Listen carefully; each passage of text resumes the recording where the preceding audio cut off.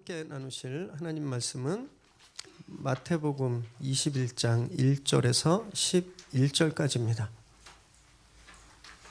저 여러분이 한 절씩 교대로 읽으시겠습니다. 그들이 예루살렘에 가까이 가서 감람산 벳바게에 이르렀을 때에 예수께서 두 제자를 보내시며 이르시되 너희는 맞은편 마을로 가라. 그리하면 곧 매인 나귀와 나귀 새끼가 함께 있는 것을 보리니 풀어 내게로 끌고 오라. 만일 누가 무슨 말을 하거든 주가 쓰시겠다 하라. 그리하면 즉시 보내리라 하시니 이는 선지자를 통하여 하신 말씀을 이루려 하심이라. 일러스되 시온 딸에게 이르기를 내 왕이 내게 임하나니 그는 겸손하여 나귀 곧 멍에 매는 짐승의 새끼를 탔도다 하라 하였느니라. 제자들이 가서 예수께서 명하신 대로 하여 나귀와 나귀 새끼를 끌고 와서 자기들의 겉옷을 그 위에 얹음에 예수께서 그 위에 타시니 무리의 대다수는 그들의 겉옷을 길에 펴고 다른 이들은 나뭇가지를 베어 길에 펴고 앞에서 가고 뒤에서 따르는 무리가 소리 높여 이르되 호산나 다윗의 자손이여 찬송하리로다. 주의 이름으로 오시는 이여 가장 높은 곳에서 호산나 하더라. 예수께서 예루살렘에 들어가시니 온 성이 소동하여 이르되 이는 누구냐 하거늘 함께 읽습니다.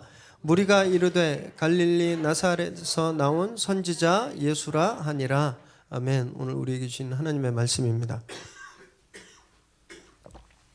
하루는 어떤 분이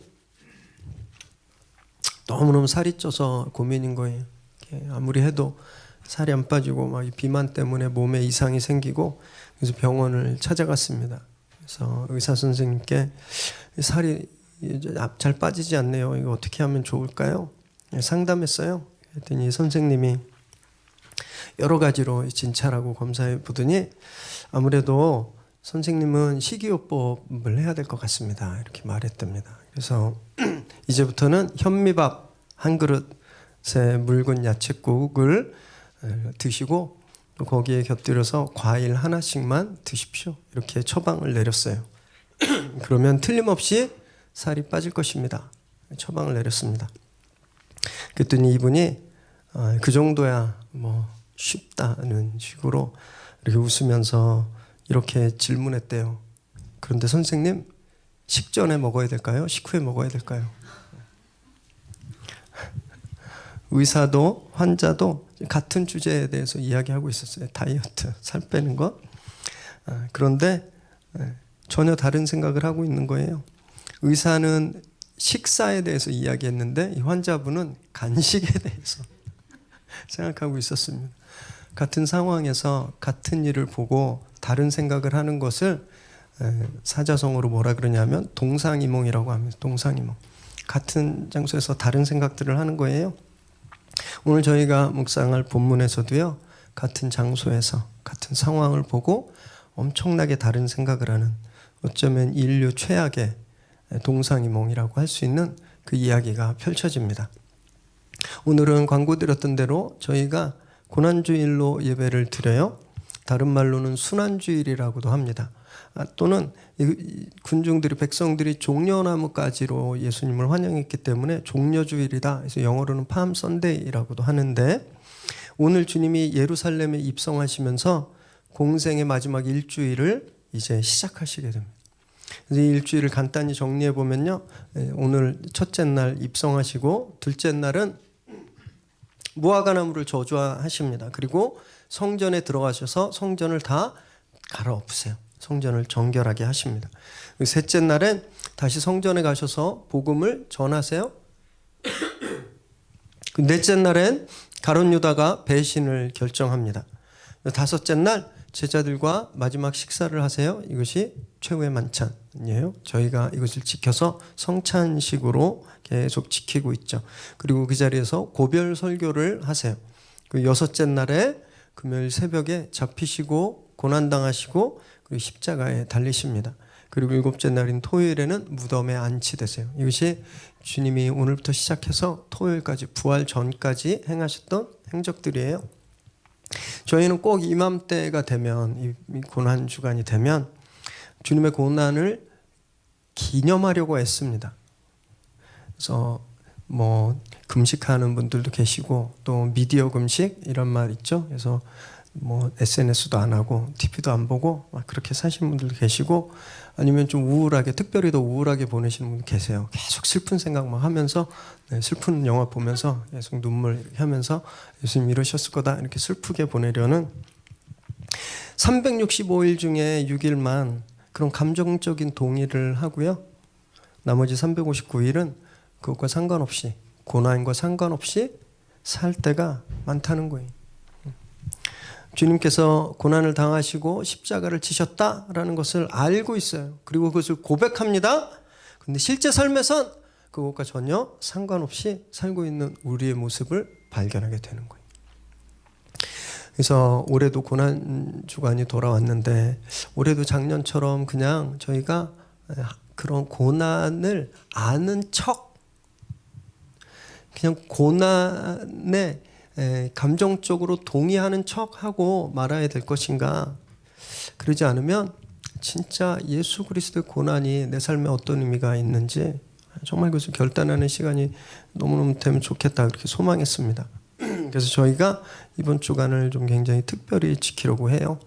그래서 오늘 고난주일 예배를 시작으로 한 주간 특세를 통해서 주님이 어떤 길을 걸으셨는지 저희가 그것을 묵상하고 그리고 주님 달리신 날 금요일에는 모여서 철야기도를 통해서 정말 그 고난의 의미를 우리 삶에 좀 깊이 각인시키는 그런 시간을 가지려고 합니다.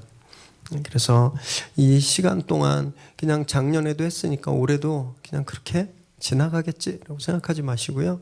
특별히 구별하시면 좋을 것 같아요. 정말 특별히 시간을 구별하고 스케줄을 조절하시고 그래서 정말 이 일주일간 우리가 이 고난을 회복하고 십자가를 회복해서 우리 삶에 그것이 각인되어지면 너무너무 좋겠습니다.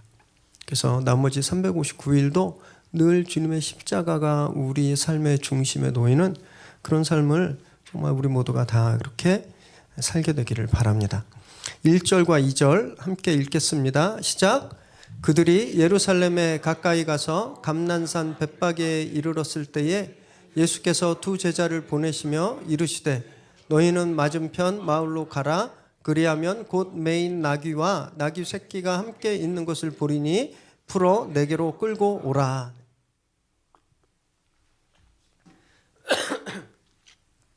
갈릴리부터 예루살렘을 향해서 주님은 계속 도보로 이동하셨습니다. 계속 걸어오셨어요.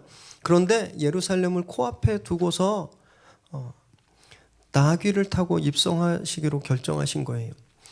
성경대로 하면 나귀 새끼라고 그래야 되는데 이게 어감이 설교 시간에 제가 어감이 좀 이상해서 가능한 어린 나귀 이렇게 좀 하도록 하겠습니다. 왜 성경과 다르게 하나 이렇게 생각하지 마세요. 어린 나귀.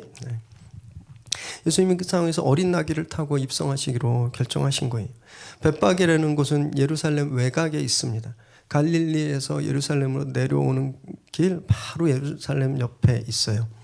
여긴 기드론 골짜기의 가파른 계곡, 그래서 여기는 감람산이라고 되어 있는데 그것이 지나고 있는 곳이에요. 예수님이 나귀를 타고 그 기드론 골짜기 감람산을 넘어 예루살렘으로 지금 향하고 계시는 거예요. 이 모습은 사무엘하 19장에 나오는 다윗의 모습을 우리에게 떠오릅니다. 다윗이 압살롬의 반역으로 허둥지둥 도망치게 돼요. 그 감람산을 넘어서 도망가게 됩니다. 그런데 나중에 그 반역을 평정하고 다시 부하들과 백성들과 함께 당당하게 감람산을 넘어서 예루살렘으로 귀환하는데 오늘 나귀를 타고 감람산을 넘어 예루살렘으로 오시는 예수님의 모습이 다윗의 모습과 오버랩되는 거예요. 그런데 다윗은요 당시 많은 신하들과 백성들 그리고 왕이 타는 마차에 위풍당당하게 서서 귀환했거든요. 주님은 오늘 그 길을 어린 나귀를 타고 귀환하시는 겁니다. 이해하기가 좀 쉽지 않아요. 예루살렘에서 이 벳바게까지는 2km, 3km 정도 되는 길입니다. 거기서 차라리 나귀를 타실 거면 처음부터 타고 오시든지 마차를 대절해서 처음부터 타고 오시든지 왜 걸어오시다가 왜 그 코앞에서 나귀를 타셨을까? 이건요, 말씀을 이루시기 위해서입니다. 말씀에 순종하기 위해서. 3절에서 5절까지 읽겠습니다. 시작. 만일 누가 무슨 말을 하거든 주가 쓰시겠다 하라. 그리하면 즉시 보내리라 하시니 이는 선지자를 통하여 하신 말씀을 이루려 하심이라. 일러스되 시온 딸에게 이르기를 내 왕이 내게 임하나니 그는 겸손하여 나귀 곧 멍에 매는 짐승의 새끼를 탓도다 하라 하였느니라. 3절에 보면 거기 가면 있을 거야. 주가 쓰시겠다고 하면 줄 거야. 이렇게 말씀하시는 걸 보면 이미 이 나귀를 타시는 일이 미리 계획된 것이었다라는 것을 알 수 있습니다. 아마도 갈릴리에서 예루살렘으로 오시는 중에 중간에 먼저 사람을 보내셨을 것 같아요. 그래서 가서 어디 가서 나귀를 하나 준비해라 이렇게 시키셨을 거예요. 이렇게까지 하신 이유는 성경에 예언된 말씀을 그대로 이루려고 하셨기 때문이다라고 되어 있는데, 스가랴 9장 9절을 함께 읽겠습니다. 시작. 시온에 따라 크게 기뻐할지어다. 예루살렘에 따라 즐거이 부를지어다. 보라, 내 왕이 내게 임하시나니 그는 공의로우시며 구원을 베푸시며 겸손하여서 나귀를 타시나니 나귀의 작은 것 곧 나귀 새끼니라. 네.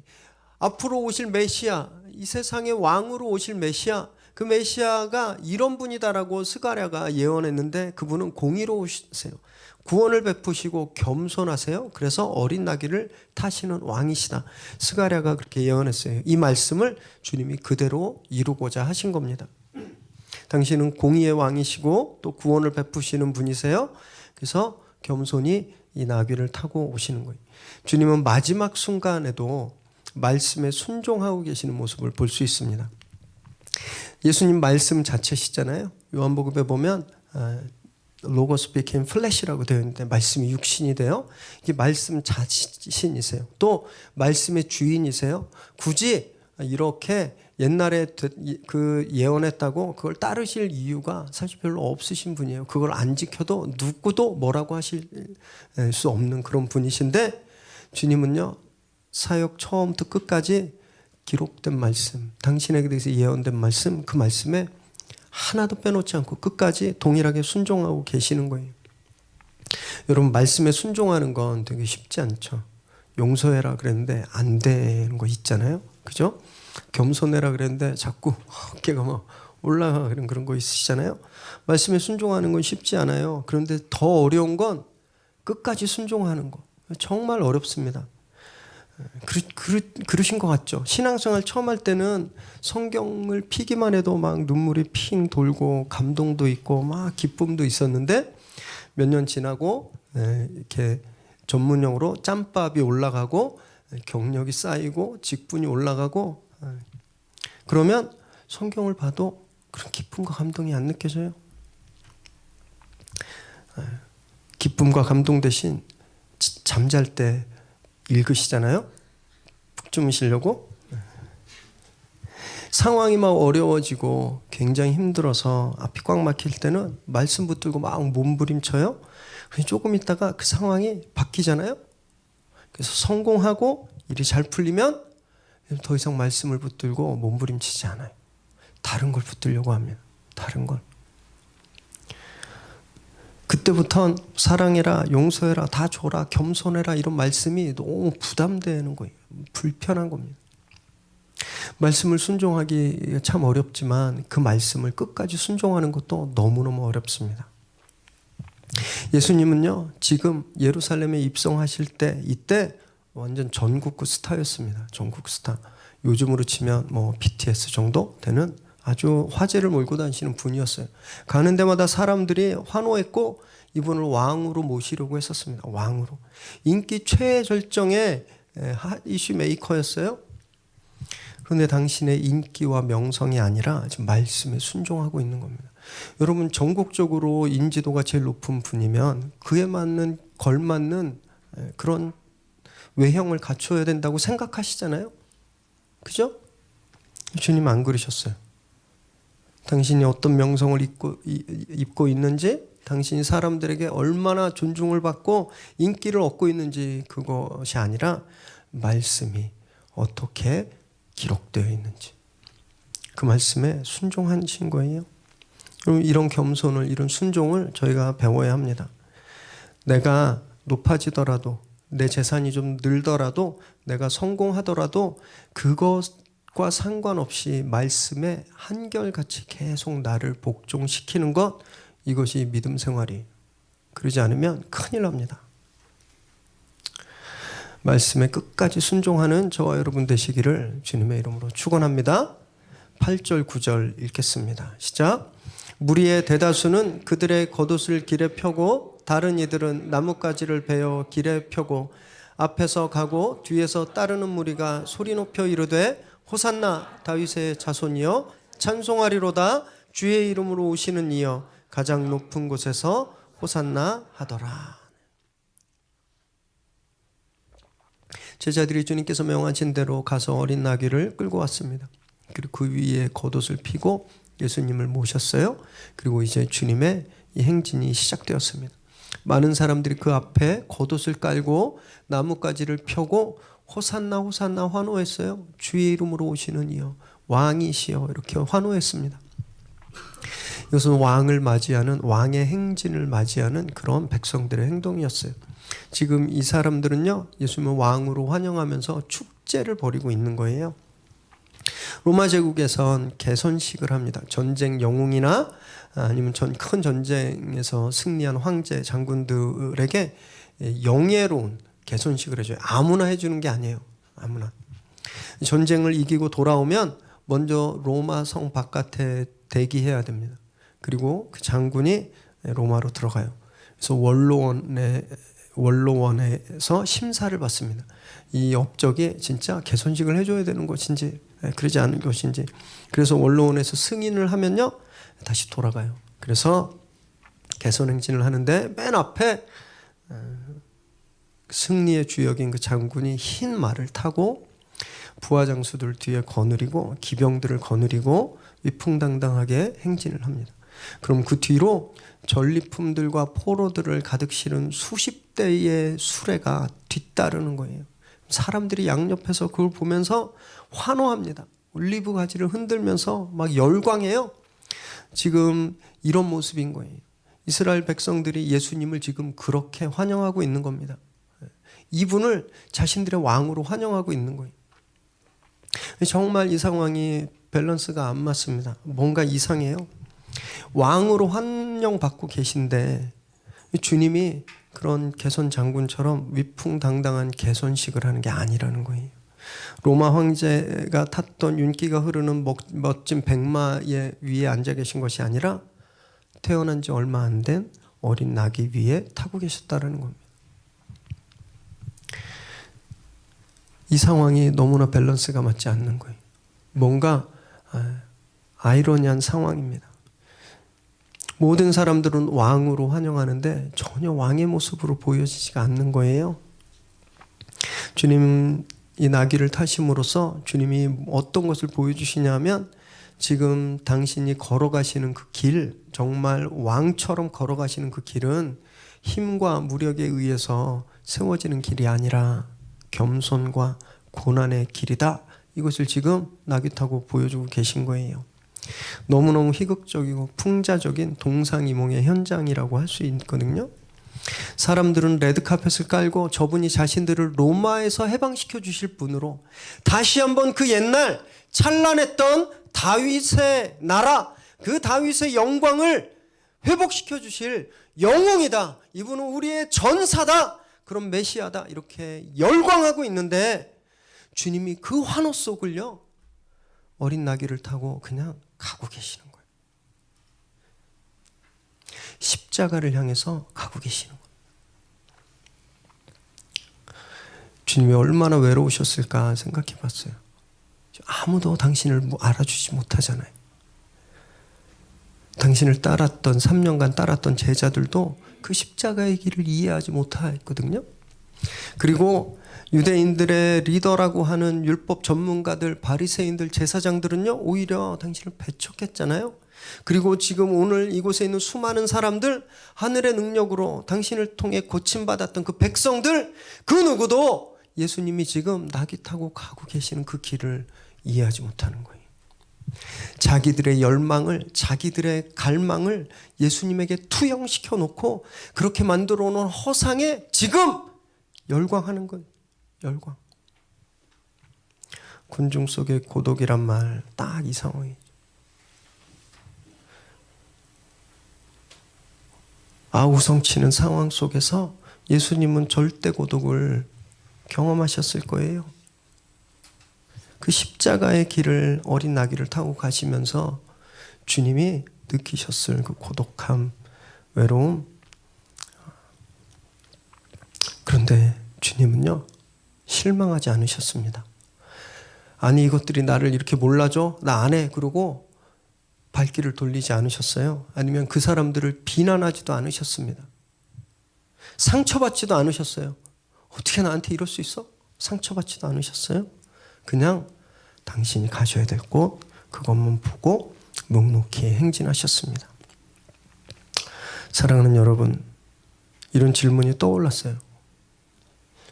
우리도 주일마다 모여서 예수님을 환영하잖아요. 막 소리 높여 찬양하고 막 눈물을 흘리면서 기도해요. 그런데 우리가 누구를 환영하고 있는 걸까요? 어떤 예수님을 바라보고 계세요? 어쩌면 혹시 예수님께 내 욕심, 내 계획, 내 열망을 주님께 이렇게 투사하고 그 허상을 막 환영하고 있는 그런 군중 같은 때는 없으셨나요? 주님은 말씀에 겸손히 순종하시고 나를 위해서, 우리를 위해서 그 죽음의 길을 향해 가고 계신데 우리는 그런 주님 앞에 나와서 내 문제를 해결해 주실 분, 날 성공시켜 주실 분, 내 병을 낫게 해주실 그런 명의, 뛰어난 의사, 여러분 우리가 주님을 그렇게 환영하고 있던 적은 없었나요? 그래서 그 요구가 이루어지지 않으면 실망하고 상처받고 나 다시는 교회 다니나 봐. 예수 믿어도 소용없네? 여러분 그렇게 돌아서는 이 환영했던 이 백성들이 며칠 후에 자신들이 기대했던 그런 전사 같은 그런 전투적인 메시아가 아니었던 걸 깨닫고 다 돌아서서 예수님을 저주했거든요. 여러분 우리 이런 군중들 같은 모습이 우리에게 있지 않나요? 세상에 얼마나 많은 예배들이 주님을 외롭게 하고 있는지 몰라요. 고난을 빼버린 축복, 십자가가 생략된 설교, 죽음이 사라진 부활. 여러분 이것들이 똑같은 거예요. 십자가의 길을 가고 있는 예수님을 전혀 다른 대상으로 보고 환영하고 있는 예수님을 외롭게 만드는 저희들의 예배가 그런 예배가 되지 않게 되기를 바랍니다. 십자가 지신 예수님을 정말 환영하시기 바라요. 그 고독한 길을 걸으신 주님을 여러분 삶의 주인으로 고백하시기 바랍니다. 혹시 지금 그렇게 지독하게 외로운 분 계세요? 일이 너무너무 안 풀려서 너무 힘들고 애들이 속썩여서 진짜 죽고 싶고 어떻게 주변에 내 편 한 명도 없고 나를 상대해 줄 사람도 없고 믿었던 사람도 나를 외면하고 배신하고 이렇게 정말 지독한 고독 가운데 계신 분 계시나요? 여러분 예수님을 환영하십시오. 예수님을. 주님은요 우리가 얼마나 외로운지 우리가 얼마나 아픈지 누구보다도 잘 아시는 분이세요. 왜냐하면 그걸 경험하셨기 때문에. 우린 세상의 환호를 먹고 사는 사람들이 아닙니다. 우리는요 예수님 때문에 사는 사람들이에요. 예수님. 예수로 살면 깊은 외로움 속에서도 절망하지 않을 수 있습니다.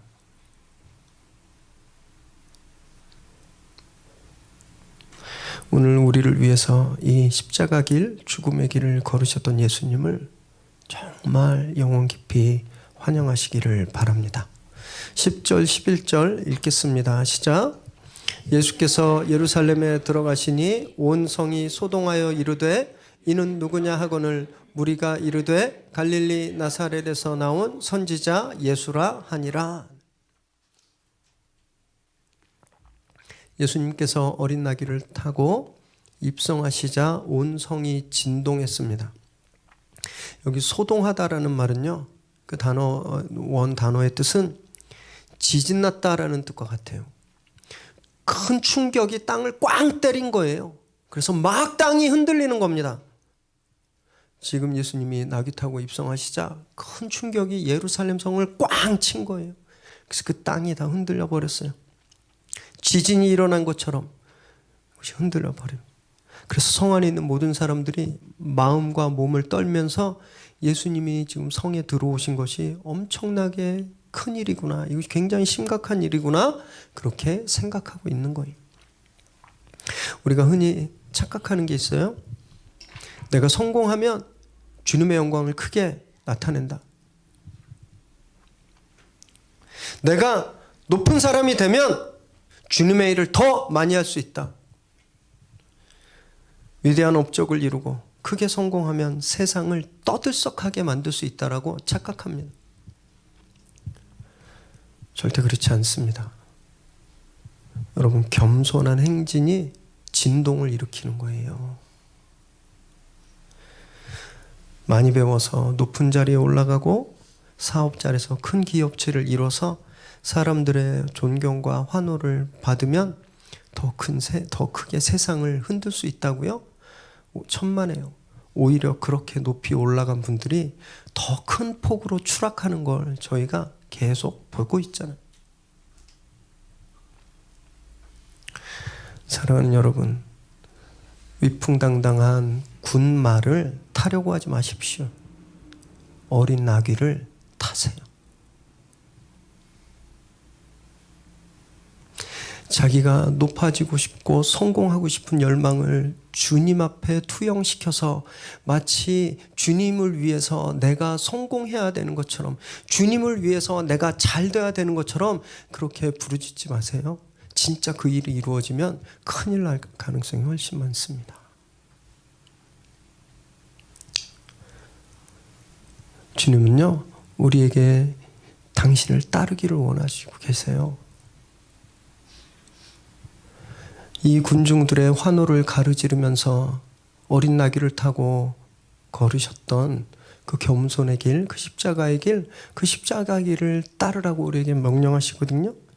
마가복음 8장 34절 읽겠습니다. 시작. 무리와 제자들을 불러 이르시되 누구든지 나를 따라오려거든 자기를 부인하고 자기 십자가를 지고 나를 따를 것이니라. 이것이 우리의 사명입니다. 주님이 사람들의 환호에도 휩쓸리지 않고 그 길을 걸으실 수 있었던 이유는요, 당신의 사명 십자가를 분명히 알고 있었기 때문이에요. 절망하지 않으셨습니다. 그래서 우리도 그 사명을 분명히 알면 절대 절망할 수 없는 거예요. 절대 넘어질 수 없는 겁니다. 세상이 죽일 듯이 나에게 덤벼들고 세상 모든 사람들이 나를 애워싸고 협박해도 여러분, 그것이 우리를 죽일 수 없는 거예요. 사명을 분명히 알면. 십자가를 지고 가는 길은 정말 지독하게 외로운 길입니다. 사람들의 환호에 귀를 닫아야 돼요. 사람들의 칭찬에 눈을 다 감아야 됩니다. 그리고 오직 한 곳, 십자가, 그만 바라보고 가는 거예요. 그곳에 주님이 계십니다. 주님께서 오늘 그렇게 어린 나귀를 타고 걸으셨던 그 길을 절대 잊지 않으시게 되길 바랍니다. 그래서 오늘부터 저희가 한 주간, 고난주간을 지키는데 정말 그 길의 의미가 무엇인지, 내가 십자가를 진다는 것이 무엇인지, 나를 부정한다는 것이 무엇인지, 내 삶에서 그것이 어떻게 나타나야 되는지 정말 몸부림치면서 고민하시게 되길 바랍니다. 그래서 그 사명을 회복할 때, 그때 우리 삶이 세상을 진동시키게 되는 겁니다. 그때 이 땅을 흔들어 버리게 되는 거예요. 십자가의 능력을 소유하시게 되길 주님의 이름으로 축원합니다. 날마다 주님을 환영하세요. 그리고 주님과 동행하시기를 다시 한번 주님의 이름으로 축원합니다. 기도하겠습니다.